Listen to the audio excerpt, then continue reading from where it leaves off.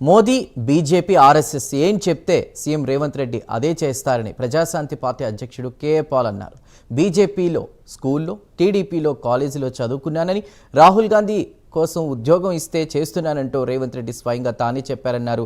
ఈ విషయం చెప్పి రేవంత్ రెడ్డి అందరినీ షాక్ చేశారని, కానీ తాను షాక్ అవ్వలేదన్నారు. ఎందుకంటే రేవంత్ రెడ్డి బీజేపీ మనిషి అని తనకు ముందే తెలుసన్నారు కేఏ పాల్. రేవంత్ రెడ్డి ఎప్పుడైనా బయటకు వచ్చేయడం ఖాయమన్నారు. ఢిల్లీలో రేవంత్ మాట ఎవరూ వినడం లేదని, రాహుల్ సోనియా అపాయింట్మెంట్ కూడా ఇవ్వడం లేదన్నారు.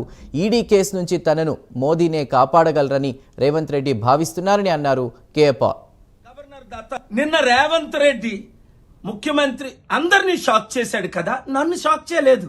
ఎందుకంటే నాకు ముందే తెలుసు ఆయన బీజేపీ, మోదీ, ఆర్ఎస్ఎస్ ఏం చెప్తే అదే చేస్తాడని. ఆయనే నిన్ను క్లియర్గా చెప్పాడు. గవర్నర్ దత్తాత్రేయ గారు ఉంటుండగా మీటింగ్లో, అయ్యా మేమంతా ఒకటే, నేను బీజేపీలోనే చదువుకున్నాను, తెలుగుదేశం పార్టీలో కాలేజ్ చేశాను, అరే గతి లేక నాకు ఉద్యోగం ఇచ్చాడు కనుక రాహుల్ గాంధీ ఉద్యోగం చేస్తున్నాను, ఎప్పుడైనా బయటకు వచ్చేయడం ఖాయం, మీతోనే ఉండడం ఖాయం. అందరూ షాక్ అవుతున్నారు. ఎందుకని తెలుసా? ఆయన మాట ఢిల్లీలో ఎవరు వినడం లేదు.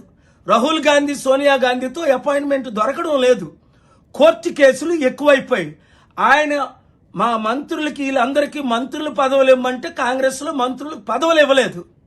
అందుకని ఈయన సిద్ధపడిపోతున్నాడు. ఎందుకు?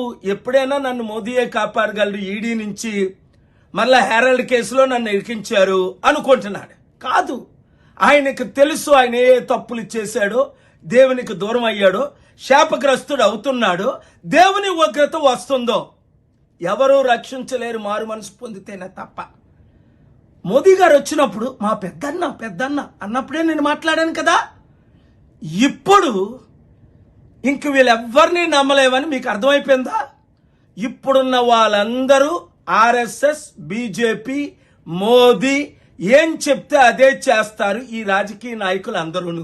నిన్న రేవంత్ రెడ్డి ముఖ్యమంత్రి అందరినీ షాక్ చేశాడు కదా, నన్ను షాక్ చేయలేదు.